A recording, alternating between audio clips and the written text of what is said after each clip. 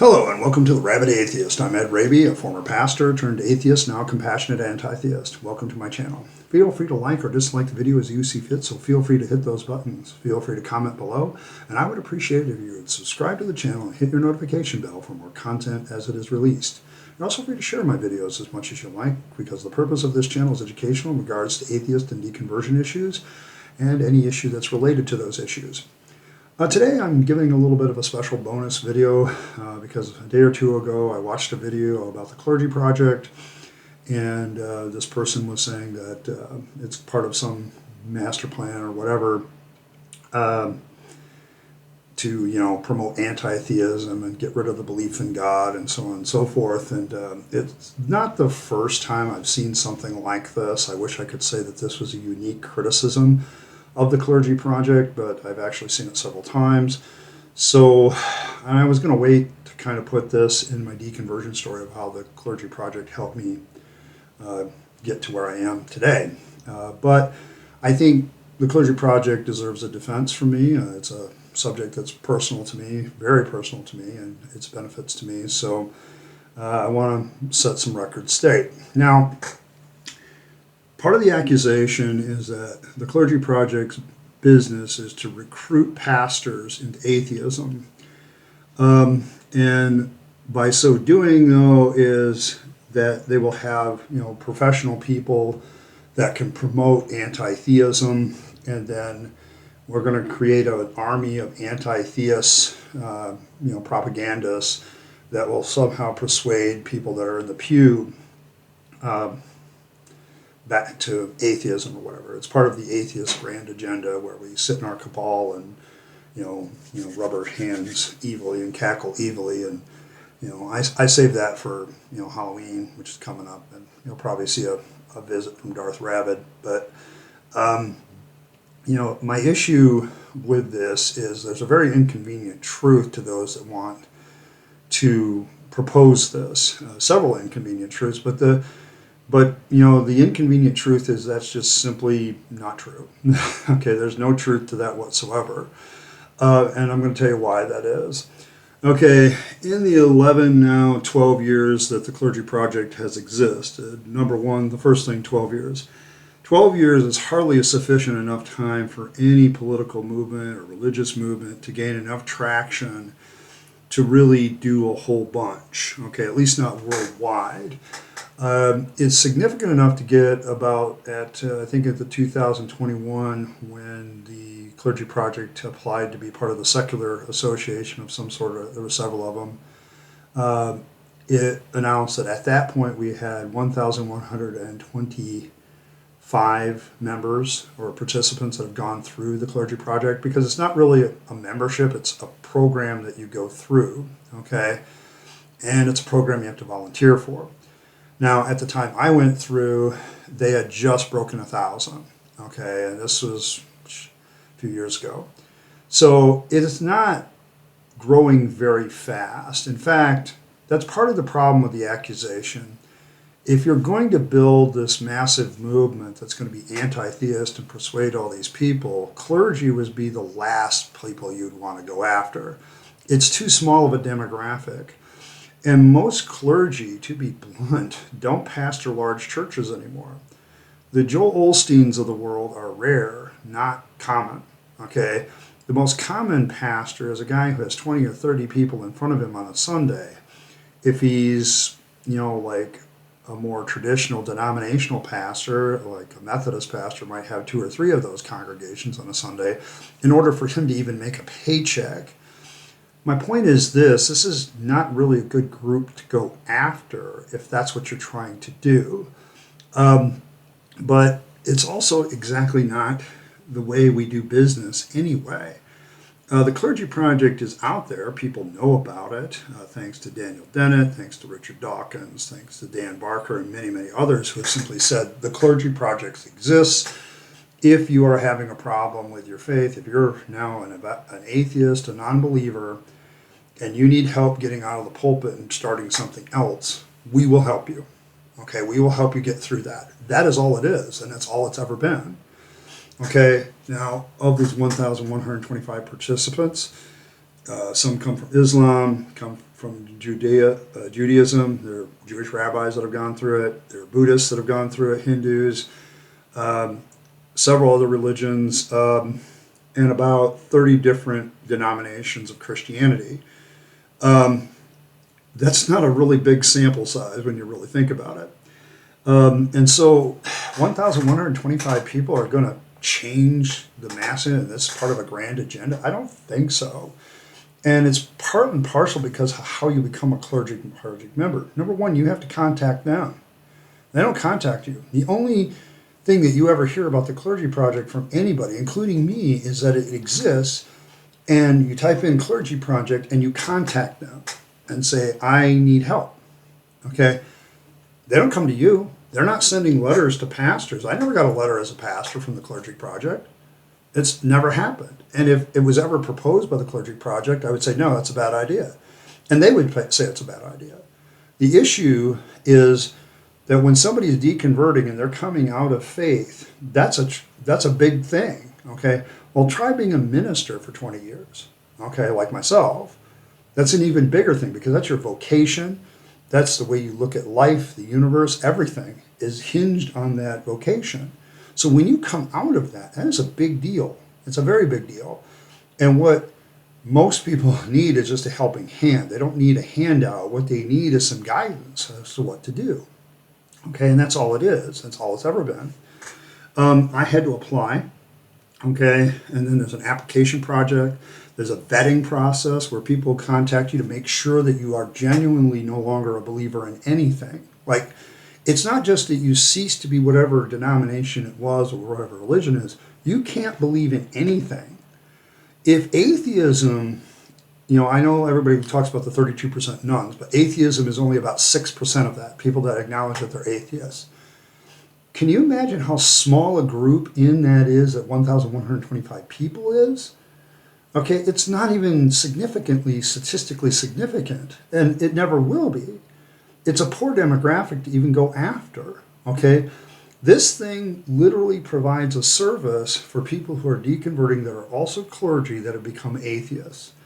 And they're saying, hey, I need some help, okay? And they reach out to the Clergy Project, they apply, they get contacted, they get vetted. I got vetted by a guy who had been an Assemblies of God guy, so he knew my lingo, okay? So when I talked to him about things, and he knew all the questions to ask to make sure that I wasn't a thing. And then when I got in, because I was already out of the pulpit and I was looking for help to transition, I didn't have to do this. But if you're still in the pulpit and you contact the Clergy Project, okay, what happens is they say, okay, when you're on these forums, use a pseudonym. Don't use your real name. And there's a lot of good reasons we do that in there. Well, how am I going to coordinate with somebody that has a pseudonym? Okay? I know I only have my word for that, but the reason we do that is strategic ignorance, okay, that any intelligence agency will tell you is necessary to keep everybody's anonymity. It's a code name, okay? And the reason we use code names is the same reason any intelligence agency would do it, because it's strategic ignorance. If I don't know who somebody is, I can't accidentally or unpurposely rat them out, okay? I can't do that, okay? And the reason we do that is some people are in very dangerous positions. Like some of our Islamic people that participate, they're in countries that if people found out that they were a religious figure who was also an atheist, they would be dead. Okay, and we do that for good reasons. Okay, and some of you seem to forget that atheism isn't exactly a popular thing. I mean, you guys get angry when we just show up here in the United States, but we're kind of glad we're allowed to talk without somebody stoning us to death. Okay, but in other countries, no, you can end up dead, either by the law or by, hangman's justice. Okay, we all know what that gallows justice like, the hangman party, guess what? Atheists can suffer that overseas too. Okay, so understand that that's why we have so much ignorance and so much secrecy around this, and why the process to get in is so hard. Because we're always afraid, okay, that somebody's going to fool us. Get in, okay? And then if they knew everybody's names, they could rat everybody out. So pseudonyms become important until you're literally told Don't tell anybody your real name until after you have left the pulpit. Now, I had already left the pulpit, so I was allowed to use my real name, and I told everybody, hey, I'm cool. But I signed my name Odin, okay, and I am still Odin on that forum, as far as I know, because I haven't been there maybe in the last few months. I've been there a couple times, in probably the last couple of years, just to vet a few things. But it's like, it's something you go through, but you're not always back there. Okay, so the real inconvenient truth is would be a horrible way to run an organization that is dedicated to changing the entire climate of the Western world. You don't need professional anti-theists to do that. The internet is doing a fine job of turning people from theists to being atheists, all by itself. Information, showing how the arguments for the existence of God are crap. That's all around you. That's everywhere. Okay, you don't need former clergy like me to do it. Okay, they got regular people in the pew that figure out, this is a bunch of crap. I don't believe in anything. Thumbs up. And they know that. Okay, they don't need me. Okay, I became an atheist while I was in the pulpit. Okay, and for 2 years I preached this thing, this Bible thing. That's the thing, the Holy Bible. Okay, I preached this for 2 years. I didn't even believe in it. Didn't believe in God. Okay, and the reason I was so afraid and so messed up at the end of it is I'm inherently an honest person. And I just, nope, I can't keep doing this. It was entirely too stressful. And I'll get to that in my deconversion story a little bit more, but that's why after I left, I was a wreck. Okay, I was a psychological and career wreck. And I turned to the Clergy Project. I went through their things, I applied, I was vetted, and I got in. There's only 2 things that the Clergy Project actually does for clergy members, and this isn't a secret. There's only 2 things. One, it will give you career counseling. Okay, that's where a lot of the money goes to, is we pay career counselor services to help a person get through career counseling for like 12 weeks. Okay, and in my case, once the person who was counseling me figured out, oh crap, this guy is literally has no connections anymore, because all of his connections were in the church. All the people he would use for references are in the church. All this stuff is in the church. That's not going to be very helpful. He needs some guidance on what he needs to do next with his life, not just his career.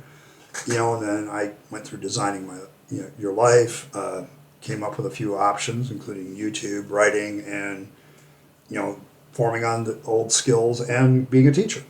Tried the teaching, that hasn't worked out. I'm thinking about going through designing my life again, because the career counseling helps, because it was designed in such a way that I now can look at the future from a career standpoint without, stumbling at every turn. I don't have to keep coming back to the career counseling, okay?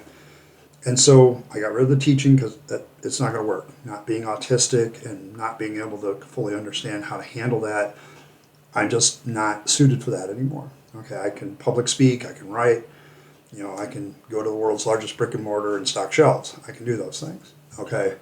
But putting my education to use here and writing. I'm currently writing my deconversion story, and I'm also actually writing a novel. So I go back and forth, and I'm not making a lot of progress these days, but I'm finally getting through summer, and I've learned through therapy, because that's the other thing the Clergy Project did. They hooked me up with a therapist, a psychotherapist that is like analyzing, and through the course of, they guarantee you 12 sessions, which would have taken me through like 6 months. At the time I got to the end of that, and my therapist said, don't worry about it, Ed. We'll keep going. I'm not going to leave you hanging. I'm like, whoa. And now that I'm back, I'm actually giving her a little bit of money, but I don't tell anybody who she is. That's all connected with Life After Religion and things like that, various counseling services that now do that. You can look up the Clergy Project on the Wikipedia page, and it'll tell you who does their counseling. And so, through that counseling, I've learned I'm autistic, possibly autistic. I've learned that some of the things, the reason I suffer depression is just the environment, okay? Like right now I know that I got to spend, in a couple days on Friday, I've got to sit down, I've got to clean my apartment. Otherwise, it's going to depress me and cause more anxiety. But also it's like temperature and brightness of light and all these things I've learned through psychotherapy, through therapy and sessions basically, about myself, and it's allowed me to cope with things in a more realistic and effective manner. And that came from the Clergy Project. So that's it. Career counseling, therapy. That's it. I fail to see how career counseling and therapy is going to lead to us taking over the world. How does that work? Okay. Sorry, I don't think 1,125 people are going to do that. Okay. I just don't think that that's possible. I'm not trying, I think a lot of these people are just, they need a conspiracy theory. They've got to follow some.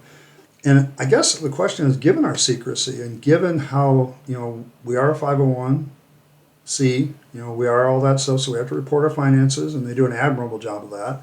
Freedom from Religion Foundation people and them right tight on the ball. How would we do that? We don't even have enough money. Okay. I have a political science degree, and I would ask myself, is this a viable organization to be a part of to do something like that? And I would be like, no. If you really wanted to change people's perception of God and turn them into atheists, I would say write a book and give it to the masses. Do what religious people do, which is go to the ignorant, unwashed masses and fool them. Okay? But as an atheist, I'm not into that. Okay, I'm about the truth. Okay, and the inconvenient truth that I believe there's no God. I don't think there's any convincing evidence for it, and I'm about to delve into whether I should say there is no God, and I think there's really better evidence for that than that there is one. And that's where I'm at. And the Clergy Project had nothing to do with my anti-theism. Okay, here's the other thing about the Clergy Project. A lot of Clergy Project members get out of that situation. It was so stressful for them, they don't even want to talk about religion. They don't want to deal with it anymore. So they would be very poor anti-theists because they're not even going to talk about it. They just want to get on with their life, particularly if they're younger. Like people that go through the Clergy Project that are young, they just want to get on with a better life. They want to get out of religion and go live their life. Okay, and they don't want to deal with this stuff anymore. Okay, then there's people like me. I'm like, man, I've done this for 40 years. This knowledge that I have from my biblical studies degree, ministry degree, theological studies degree, political science, my knowledge of economics, international business, all the stuff that I've studied over the years, all the reading I've done as a pastor in multiple different subjects has got to be worth something to somebody. Okay. And so start a YouTube channel, okay, and talk about, why religion is a waste of time, okay, why believing in God is a waste of time and energy and mental energy, okay. I'm not trying to be rude to anybody when I say that. My whole purpose with this channel, the ultimate big one, is if I can convince a young person who is thinking about going into the ministry to put that on hold, really study whether or not they think that God exists and their religion is true until they're 30. And then while you're doing that, go off and get a real skill that'll make you money. Because I'm going to tell you right now, by the time you actually get into the ministry and become deeply involved in it, if at the rate of decline in the Western world that religion is going in the United States, it will be very hard to get a decent ministry job that pays well, except in the deep South, in the United States in the next 10 years, if things don't change. Okay, it's going to be, we already talk about the decline of Christianity, okay, and religion in the Western world. But that means the decline of Christianity and religion means a decline of churches, a decline of mosques, a decline of, it's going to affect all religions, okay, where those things get harder and harder. Do I think it'll ever go away? No. But it's going to be harder and harder. In other words, the demand for clergy is eventually going to slow down. Right now it's pretty high because most people aren't going into it, or they get into it and they get out, like me, okay? Because they realize, man, the more you study the Bible, the more you study religion, the more it's bullshit, okay? And you really begin to feel that way and you get out. And the Clergy Project is a way to do that, okay? I'm not trying to be rude to all of you that sit there and think there's some nefarious cabal that's doing the Clergy Project is doing, but it's not that at all, and it never has been. I read the Wikipedia page about the Clergy Project. It's fairly accurate. That's what we do. That's what we are. It's not about taking over the world with atheism. It's not about creating anti-theists that invade the internet. I mean, my God, we're still a minority opinion in the United States, not so much in Europe, but holy crap, 6% is, there's still 94% that isn't a complete atheist, okay? That's a long way to go. I mean, the people that believe in God still outnumber us by, I don't know, 6, 7, 8 to 1. So I don't know what you're worried about. Apparently, if that's our strategy, it's not working, so maybe you should just let us do it, huh? I don't know. There's a long road to go, okay? I'm just one voice of many crying in the wilderness, say, get rid of the Lord and get rid of God. Okay, that's half of our problem, okay, is crap like this. And I know that's offensive to some people that we say that, but you offend me all the time. Okay, I get people on here saying that I don't know what I'm talking about all the time, and it's an ad hominem attack. You're not representing these things correctly. Ad hominem attack. Okay, the fact of the matter is I'm probably doing a pretty good job, and people get defensive. When you run out of argument and you got to attack my knowledge or my motivations or whatever, you're not engaged in an argument anymore. You're just pointing fingers, okay? And quite frankly, it's dishonest, okay? I really try not to point fingers at theists, okay? But, whenever I say the word theist, I'm being very general. I know that that's not everybody, okay? I realize that a lot of people believe different things. But the people that come to this channel that give me grief, they have a pretty similar tenor, okay? They have a similar, way of doing things. And so I want to set the record straight. The inconvenient truth about the Clergy Project, way too small, and that's not what it does. You're completely wrong, okay? There's really not a factor here for creating anti-theists. I chose to become an anti-theist and a compassionate one because I know the absolute brain scramble that religion does and believing in God does to your head. I know what that is, and I know the difficulty of pulling out of that and unscrambling your brain and then re-scrambling it or re-putting it together in a way that actually it can function well. I know that all too well. And it's the Clergy Project that helped me process that because they linked me up with my therapist, they linked me up with career counseling, and that was it. And a place to go and issue my bitches and ask advice. That was it. And it gave me a group when I had lost the group that I had been a part of for 40 years, forever. I knew that I was never going to be part of the church again. And that's a very lonely feeling for a human being. And they gave me a place to be for a while.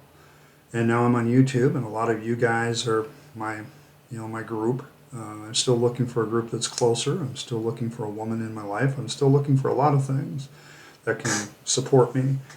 But, things have changed, and now I'm more proactive, and that's all there is to it. We became anti-theists. People become atheists not because of the Clergy Project.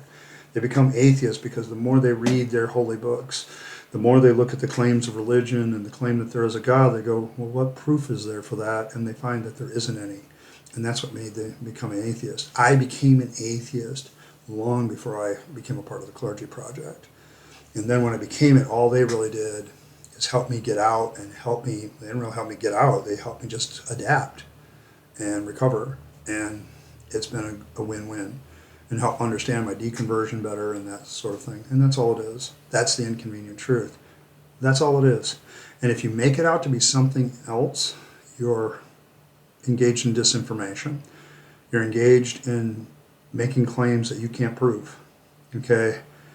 I get that, theists are good at that, but there it is. Sorry, you're wrong. Okay? You're just dead wrong.